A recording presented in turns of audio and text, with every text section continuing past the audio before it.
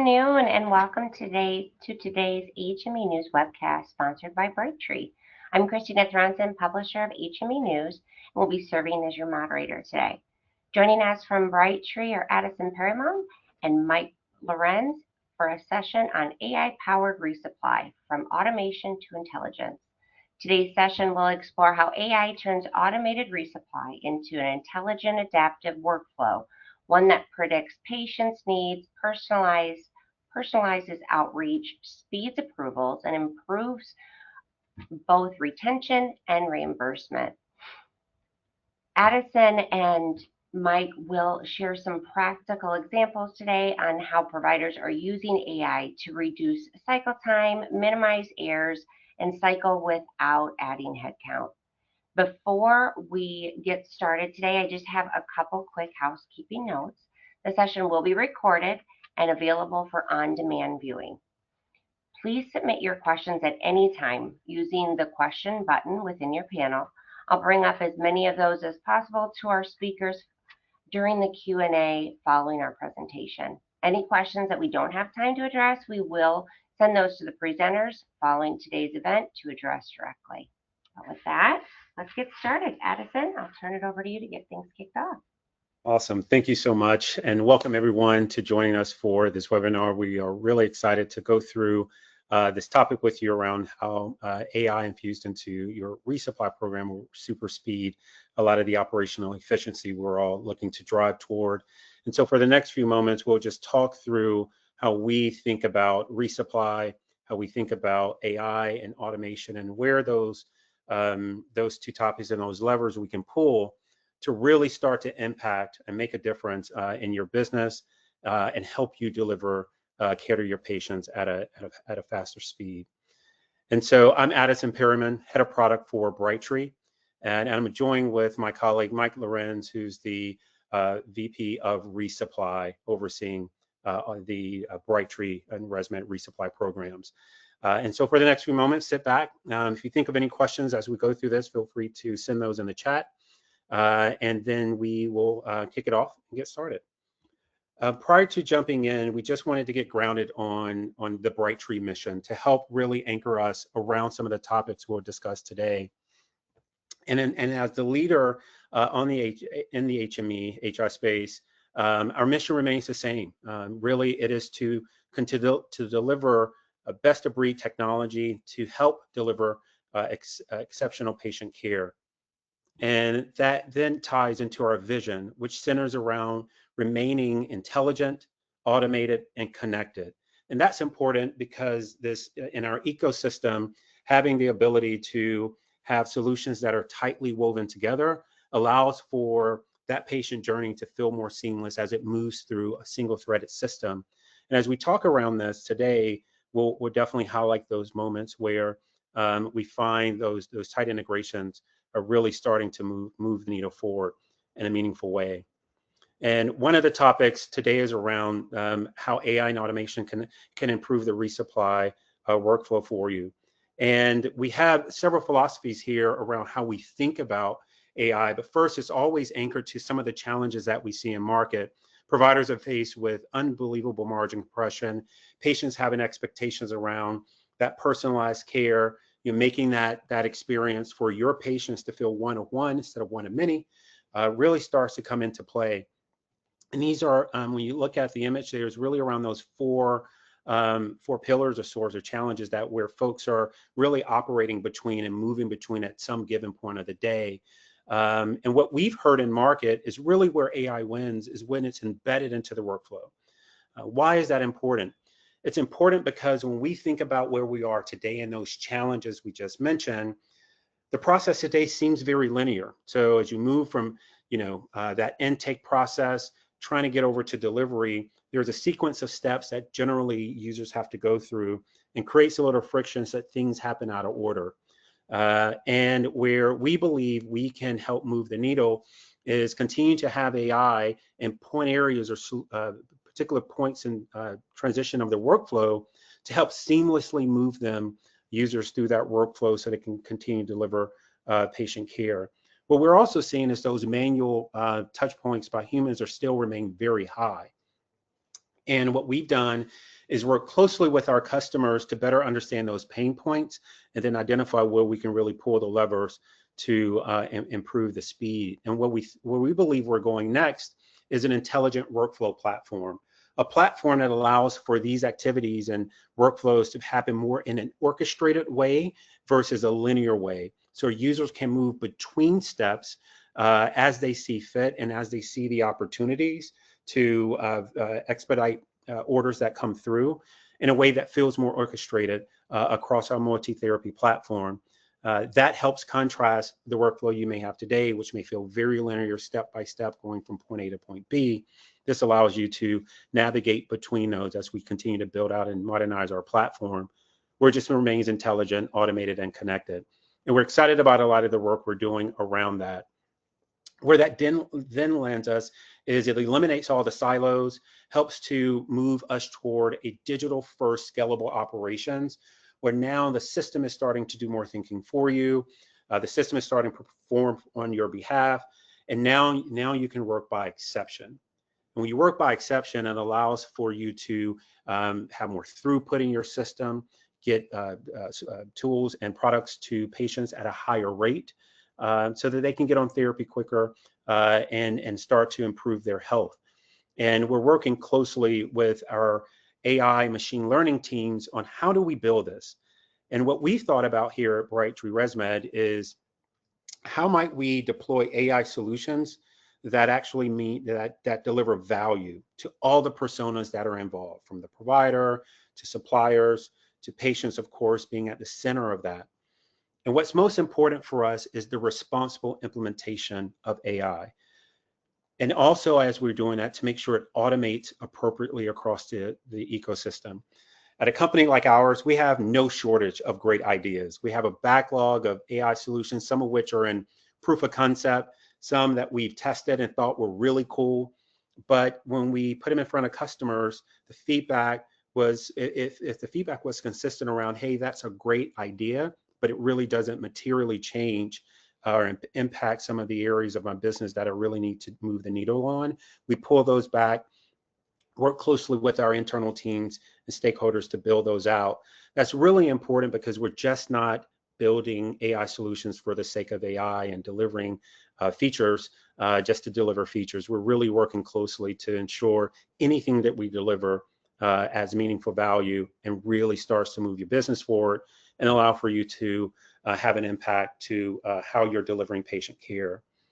I want to zoom out for a bit just so we can really take a look at the full breadth of our ecosystem.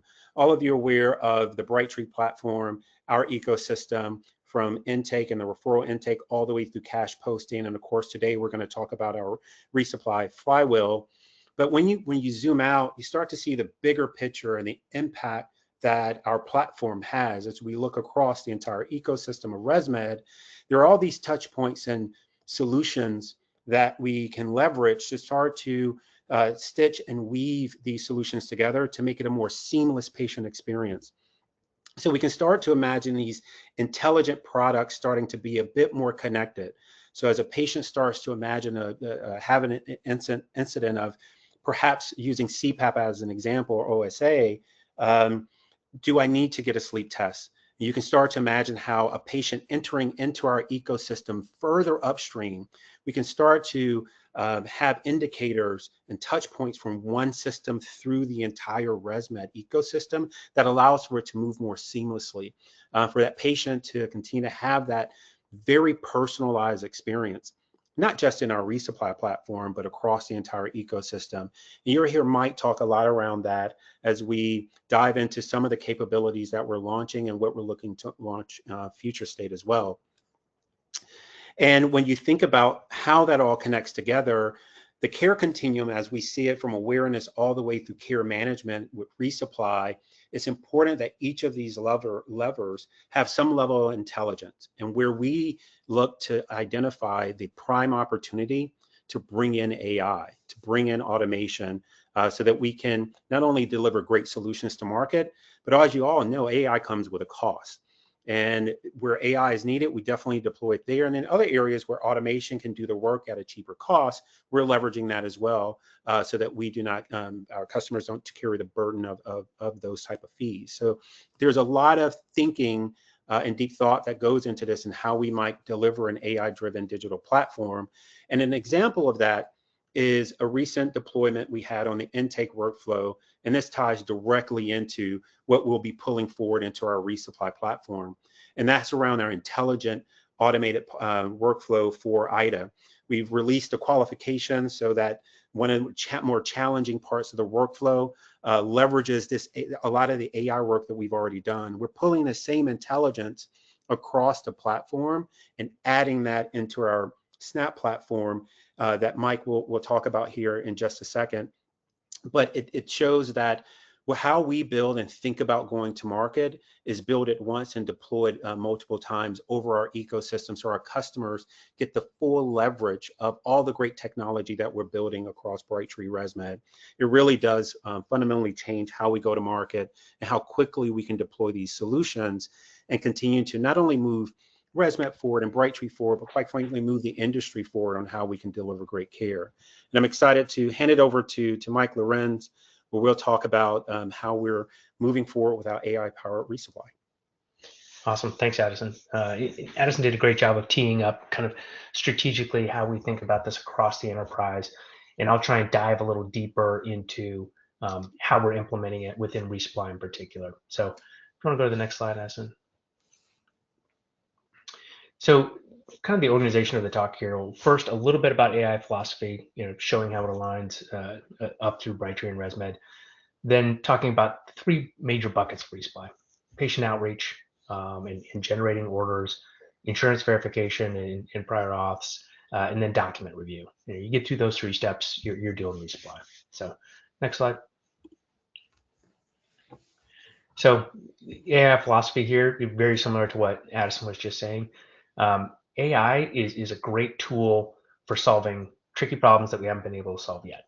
But when you think about AI versus standard software automation, there's a big difference in cost. So standard software automation, essentially the next time you do something, it's free. If you've already built the software, building the software is the hard part, but adding another row in the database, it's really cheap or free. AI, you put some work into building it, but every time you do something, it costs, the meter is running. For any of the organizations that are using it now. So understanding why and when to use this is super important. We think about, hey, if you're replacing human labor, it makes a ton of sense to use AI. If you're replacing existing software automation that works, it doesn't really make sense. You're just increasing your costs. So using the right tool at the right point in the process is important.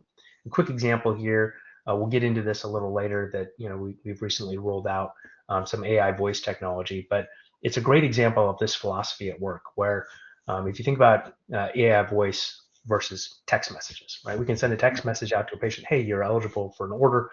Maybe that costs us a penny. Once the system's already built, it costs a penny to send a text and process the order. If a patient calls in and talks to our AI voice and places an order, probably costs $1, right? It's 100 times more expensive to do. Why would you do that? Because talking to a human costs $4.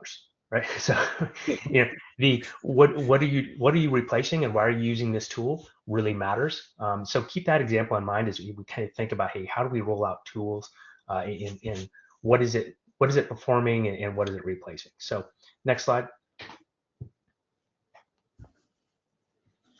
So diving into patient outreach and order generation. How do we think about this traditionally? So the traditional automation up top and then AI on the bottom. Traditional automation, great. We've had text and email and scheduled shipping and a portal and an app and regular, phone calls forever, as part of our platform to help patients, meet the patient wherever they are and how do they want to order, et cetera. The live calling is the most expensive because it is human resources and it's confined to business hours, et cetera. So that was a great opportunity for us to say, hey, how can we automate this further, not just to save expenses for us and our customers, but how do we make this better? And so we said, hey, this is a great chance for AI. Voice technology has come a long way. So we implemented AI voice. Now, not only does it handle inbound calls in a much more cost-effective way, it does it 24 hours a day, 7 days a week. It does it in multiple languages. So not only did the cost go down for handling that previously human piece of work, it also does it around the clock. We're getting orders on this thing 24 hours a day, 7 days a week. I'll go through some stats later, but it's a great augmentation. Still have a bunch of humans on the phone because there are times when that human is going to do the best job. It's best for the patient, et cetera. But just how are we deploying technology and services across the needs of our patient? So this is just a great example for how we've layered AI into patient outreach. So next slide. We talked about AI voice. How's it doing so far? It's doing really well. So we deployed it late August, so call it September. So we're six and a half months into the experience, and it has just gone gangbusters for our customers. So at this point, have over 600,000, sneaking up on 1 million patients who have access to this, where they just call in 24 hours a day, 7 days a week. They can order supplies. They can do it in multiple languages. They can get the status on an order. They can change your insurance. They can change your address. All these things. And we have reporting that shows every 30-minute segment of the day, we've had patients call in and successfully execute these tasks on the phone. So when do patients have problems with sleep? A lot of times it's late at night, right? When your staff isn't on the phone to help them. So really cool. Big percentage of orders coming through. So 20%-ish, 20 to 25% of phone orders now are coming through AI voice for customers that are using it. 100,000 orders have successfully been placed through this technology in the last 6 months. It's doing the work of 45 people currently on a daily basis, and it's helping our customers that speak a foreign language primarily. So really excited, and it hasn't hurt order quality. Bigger order sizes, more order volume for customers, faster cycle times getting orders when patients become eligible. And back to the point, if you're comparing it against humans, it's a lower cost event for our customers. Mike, this is a great slide. I just want to double click on something you mentioned. It really is around the impact this is having the customer. Just curious, just to kind of double click on this for the audience. Just any anecdotal stories to tell around any early feedback from customers, what they're saying, or any stories around even how we've heard calls go from English to Spanish in real time. Yeah, no, great question. And I'm assuming everyone on this call has patience. And so you can imagine the wide range of feedback that we've gotten as this is rolled out. Some patients are blown away by it. We actually record and transcribe every call so we can monitor if there's a complaint, we can see what happens, we can get smarter about how our technology works. So we can read the transcripts and listen to recordings. A lot of patients blown away by it, really love it. Patients calling in Spanish that historically it would have been a little bit of a phone tag or bounce around, try and find the person that speaks Spanish that can talk to this person. Just that patient immediately getting served in the way they need is fantastic. Awesome. But there's no hiding the fact that you're going to have some customers say, I don't like talking to the AI, let me talk to a human, right? And so, if patients that want to talk to a human, if it's during business hours, boom, you can transfer to human. But when I see the patients interacting with the phone 24 hours a day, it's obvious this was an unmet need. Mm-hmm. We didn't send out flyers to all these patients saying, hey, now you can call in. These patients were calling in and getting voicemails, or they were getting call me back in the morning during business hours. So seeing these patients interact kind of organically 24 hours a day, 7 days a week means that these patients were not being served in the way they needed to be served. So that's super exciting. Very meaningful. That's awesome. That's awesome. Thanks, Mike. All right. So next along the path, order generation is always the exciting part because that's how you're interacting with customers, and it's a revenue driver when you get more orders. But you've got to get those orders out the door. And so the big pieces that we'll focus on here are insurance and documentation. So automation, traditional automation that we've had, great. We've got a deep payer rule set. We can automate the review of understanding eligibility, understanding quantity, frequency, all that stuff for patients. You can e-verify with multiple clearinghouses to check, hey, does this patient still have the correct coverage, et cetera.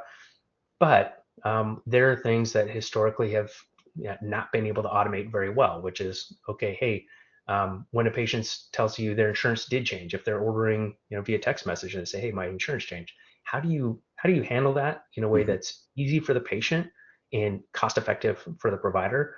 So on our AI roadmap, it's say, hey, take the pictures of the insurance cards, which our patients already have the ability to send in the picture of the insurance card. Just somebody has to look at it, read it, type in the information, etc. Um, that's a pretty repeatable task, and that's something that's perfect for AI of reading those insurance cards, getting that information in the system, clicking verify, double checking, make sure it works, all that fun stuff. But a great way that we can use AI for something that isn't traditional software doesn't automate that well.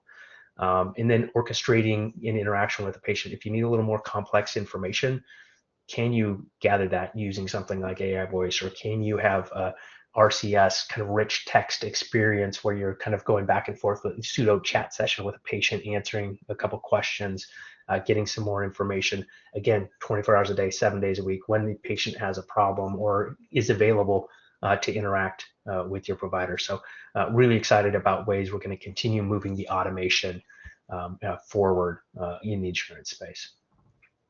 So next slide. So the next piece is documentation. Once you know the insurance for your patient, it's going to tell you what documents you need. So traditionally, we've got great automation there. We ingest all of the documents for patients and understand all the information about those documents when we ingest them. So, hey, we know there's a prescription for Addison. We know it expires next year. We know it has all these HCPCS. We know who the doctor is. We know it is signed, all that fun stuff. So once we've got a document in the system, our automation just reads those things. No one ever has to open the document again.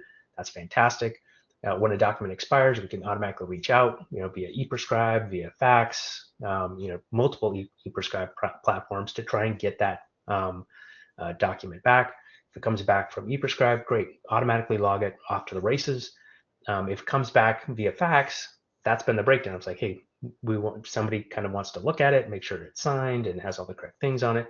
And this is a great opportunity for AI. So what's the next step? The AI piece that you see down below, leveraging the technology Brightree has built in intelligent document automation. Hey, that's great tech. Let's just embed it into Snap.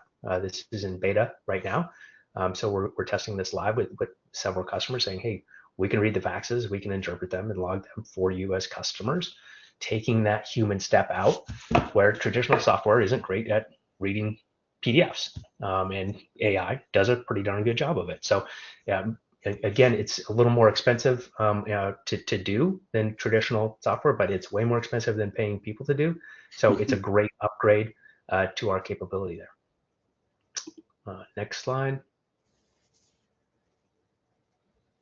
And so here's just a little bit about the document automation. Addison, do you want to talk about this at all? Yeah, so this really does pull on to the intelligent document automation that we highlighted initially, and Mike just spoke to, taking that same technology, placing that in Snap, and finding ways that we could help speed up this process.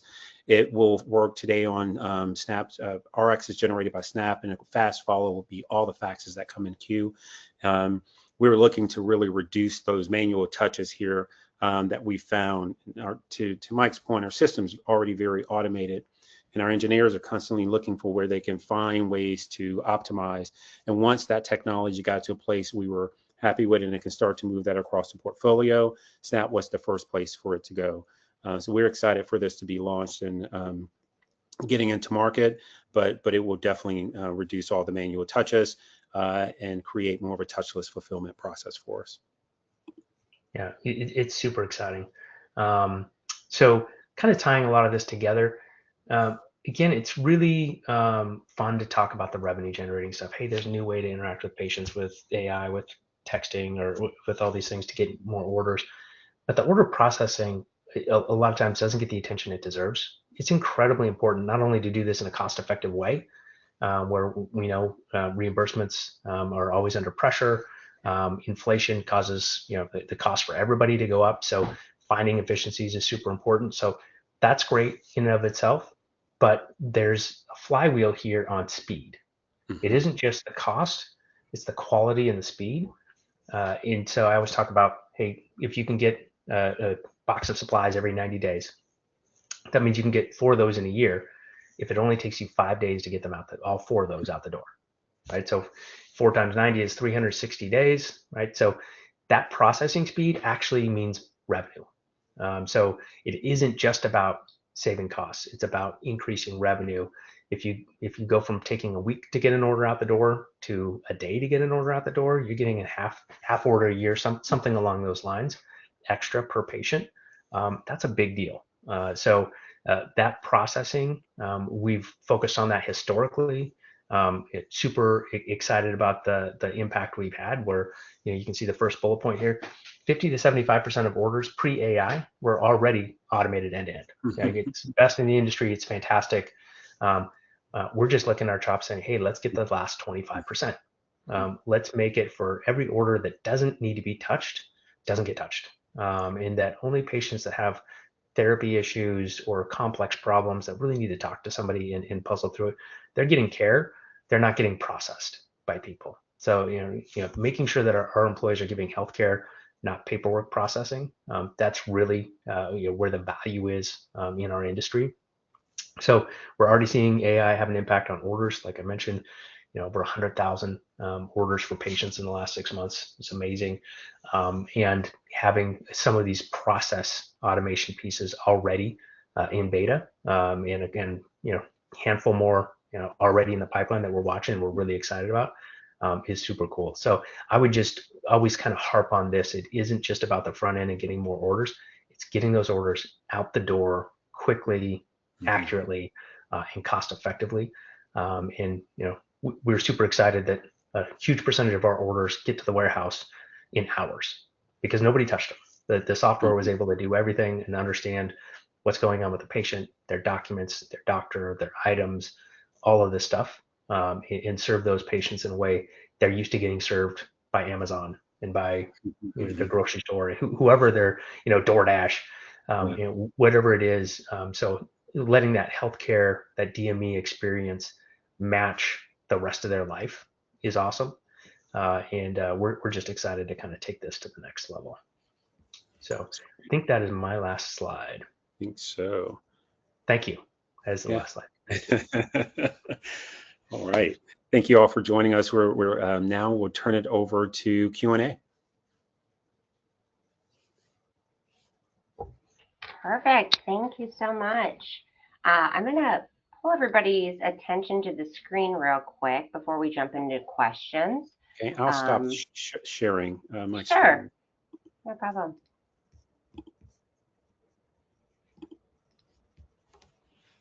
All right.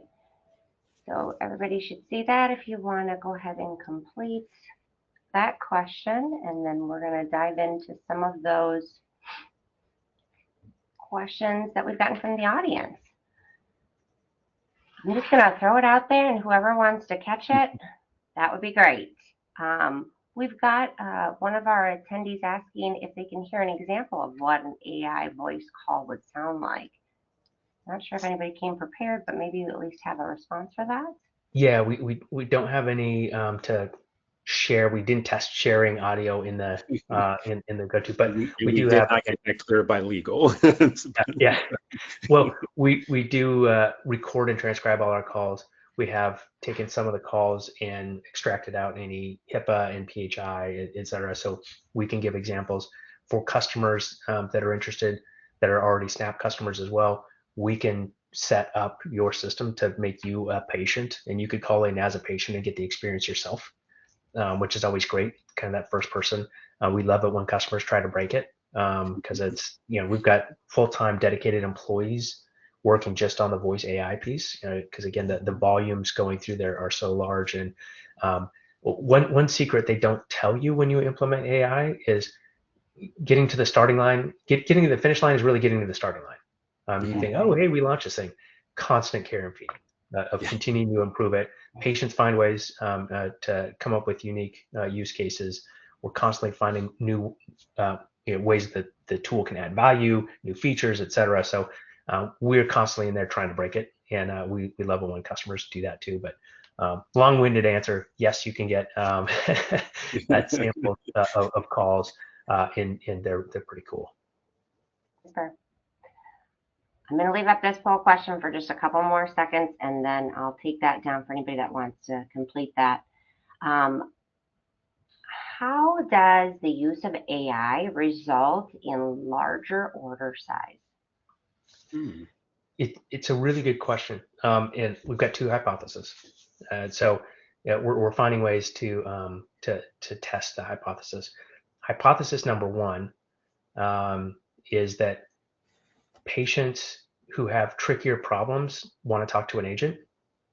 Right? This is the hey, AI isn't better hypothesis. It's just that the people stick with AI are the ones that are already going to order all their stuff. So maybe that's why their orders are larger. The other hypothesis is sometimes humans forget to offer one of the items, and the AI never forgets. And so I'm enough of a cynic that it's probably a little bit of both happening there. There's probably a little selection bias on customers that have patients that have tricky problems, probably opt to speak to an agent. So maybe their order sizes are a little smaller. But I also understand how humans work, and we don't employ a single perfect human being. And so I'm positive that at some point they forget to offer an item, or they don't explain it fully what needs to be done, where the AI is going to kind of do what you tell it to do. So it will constantly offer all of the items that are available. So those are the best two answers I've got. I don't know, Addison, if you have anything else. No, I'm aligned to those. I think it makes a lot of sense too for those two hypotheses, because even when you talk to humans on other calls, it's how is that call going in general? That the patient may be in a rush, may feel rushed, so that there's a lot of nuances to that could cause someone to just abandon out. Perfect. Let's see here. We use Brightree Connect. We do have a lot of older patients that select the guided calls to speak to a human versus text or email. How are older patients doing with the AI agent versus a human? So there's a funny anecdote I've got about this one. So more broadly, when we started rolling out text and email in a more robust way a couple of years ago, we had the same question of like, are patients really going to order? If you're 80 years old and you're not used to the technology. We've been monitoring that for years, and right now I think we're at something like 40% of patients over 80 are ordering via text or email. So they adopt new technology, and frankly, they have to if they want to talk to their grandkids. I think is a lot of the excuse I hear. Yeah. But for voice AI in particular, when we turned on Spanish, the first Spanish call that we took was a 75-year-old gentleman who called back in. We'd left a voicemail, and he called back, and he was speaking Spanish, and the agent switched to Spanish and spoke to him, and he explained he missed the call because he was in the bath. And he had, this very cute conversation with a 75-year-old Spanish-speaking man who ordered his supplies and was off to the races in 3 minutes. And he might not have known he was talking to an AI, but it met his needs, and he had a great experience. So amazing. Just one anecdote, but we haven't seen demographic breakdowns that tell us it's a big concern. Mm-hmm. Fun share. Is this only working with Snap, or will it replace Connect? Good question. Yeah. Okay, I'll go for it. So currently, we started out with Snap as product number one. It is absolutely on the roadmap to integrate with Connect, and we're doing the research right now of how to. It's a different technology platform. The plumbing's different, so making sure we test that very thoroughly and plan it out. But we 100% want this to be available to customers that are on Connect. We know a lot of different therapy types are on Connect that Snap doesn't support, and it does a great job for a variety of customers that use that tool. So we absolutely want this to be available on Connect as soon as possible. Yeah, and we've just to extend on that, I met with the senior product manager for Connect yesterday just to align on the roadmap and shifting things around. We actually moved this up further to try to double click on it and see if we can get it into our backlog to start executing on it quicker. We may have to exactly what Mike said, because it's multi-therapy, we may have to move therapy by therapy. However, we are looking to accelerate work on that because it's just going so well, and it has become a very high demand ask by our Connect customers. Yeah, I think we got about 6 questions just on that, so I'm going to try to filter through those. One of the questions, so I don't think we answered, was the AI agent telephoning insurers and waiting on the phone to verify benefits. Yeah, it's a really good question. It's something we're absolutely considering, along with a couple other use cases. It's not far enough on the drawing board that I think we could talk about details at this point. But think about anything you do on the phone. Why couldn't we, like the starting position is why can't we do this with AI? And so more to come on that. And actually, there's one that's a little farther along than that that's really exciting, but I'm not supposed to talk about it. And so I'm gonna do wait. it. We don't want to get you in I think I have to trouble. wait 45 days or something before I can talk about it.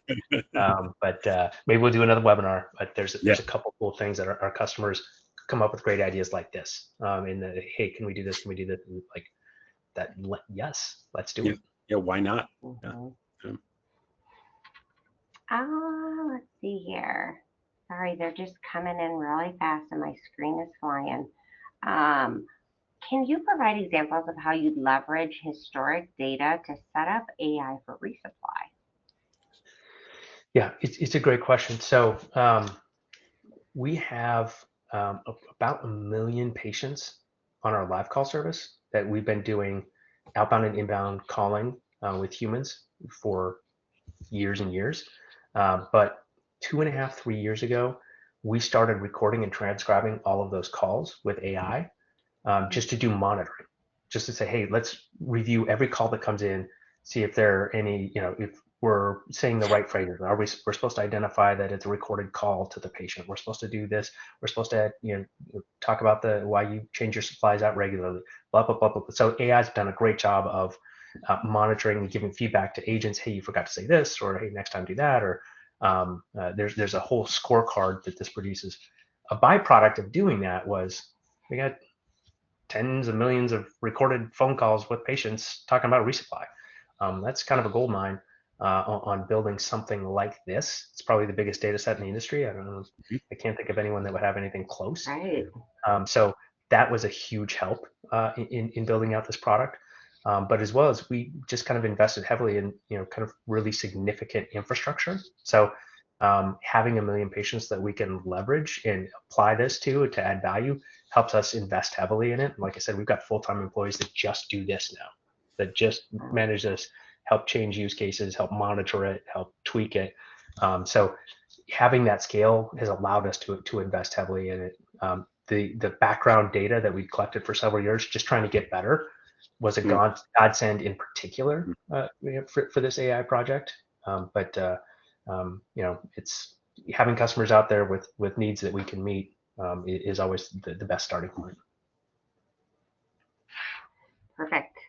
Tell me, have you encountered any compliance constraints while building AI for resupply, and how did you overcome these?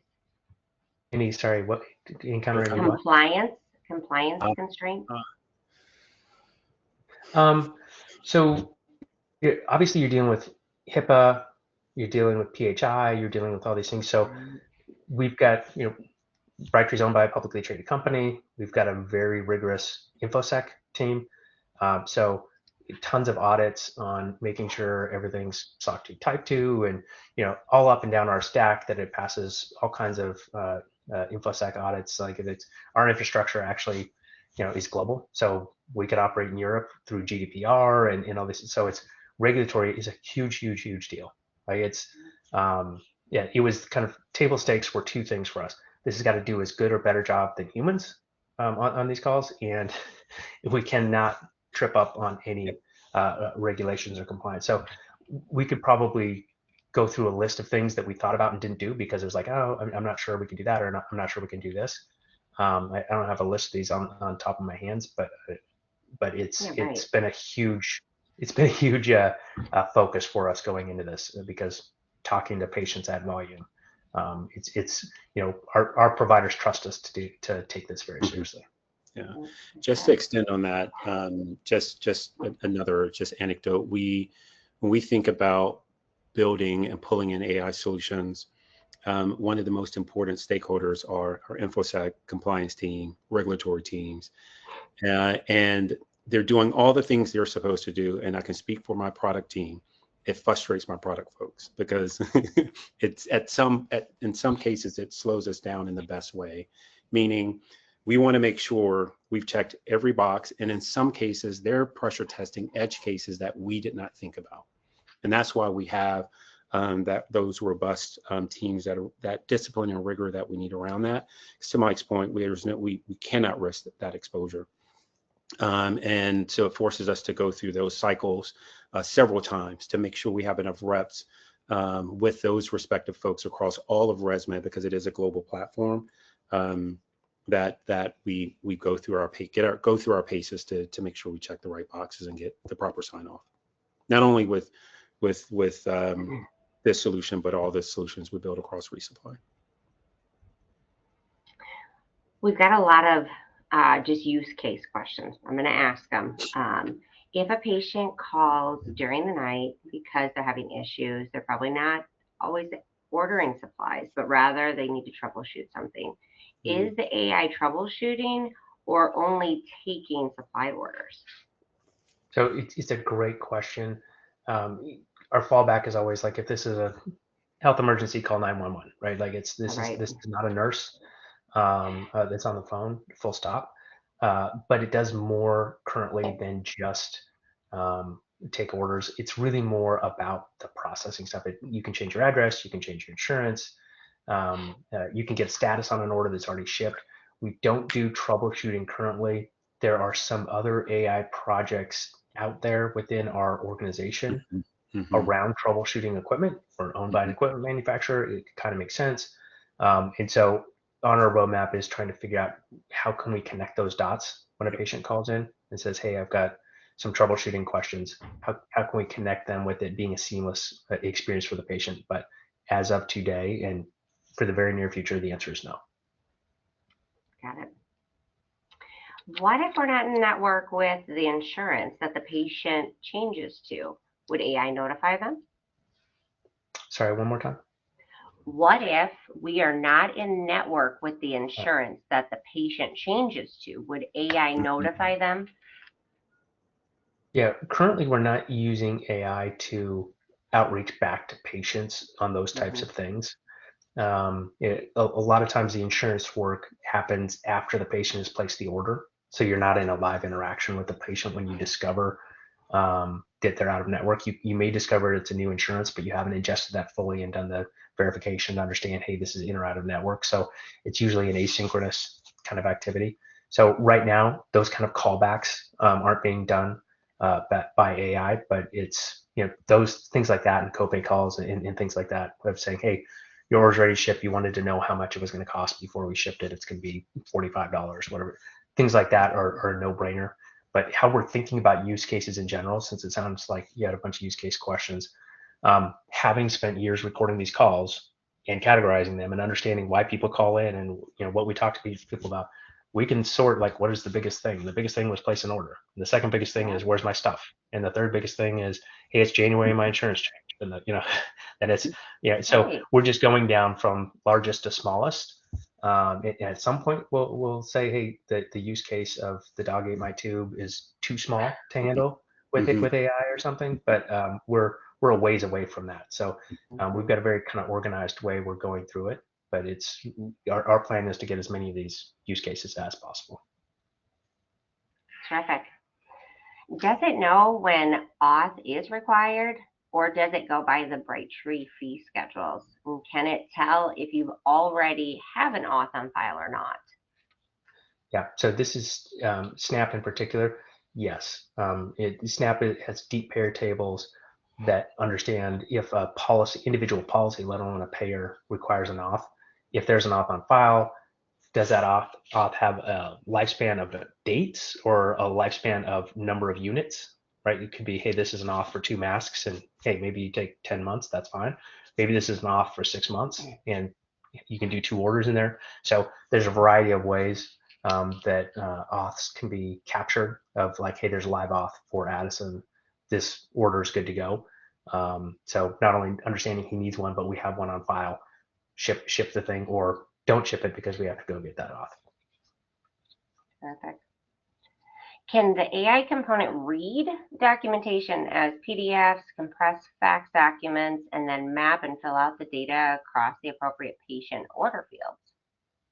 Good question. So for today, the technology that we have can do that. We have not rolled that particular component out to Snap. Today it's looking at date and signatures on the prescription, but it will we will start to roll out and implement kind of as a fast follow as we look at other unstructured data types that are coming into Snap as well.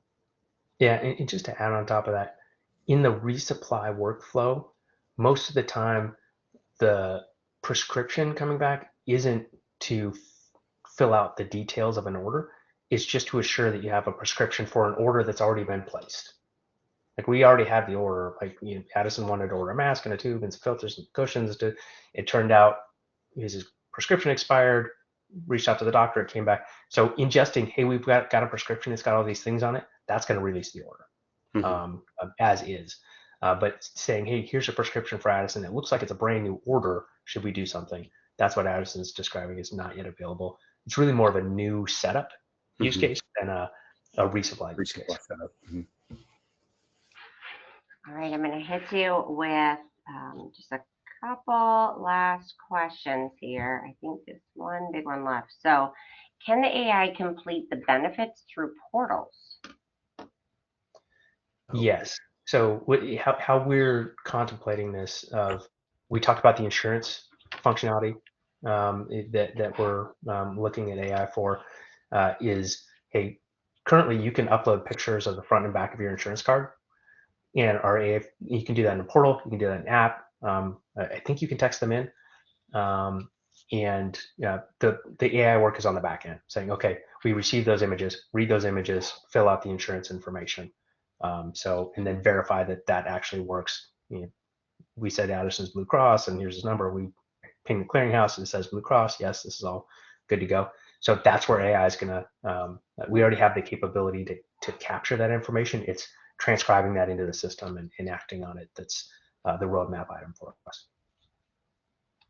And how about we've just had a great presentation and lots of wonderful questions. Before I close it up, I wanted to see if you guys had any kind of closing thoughts.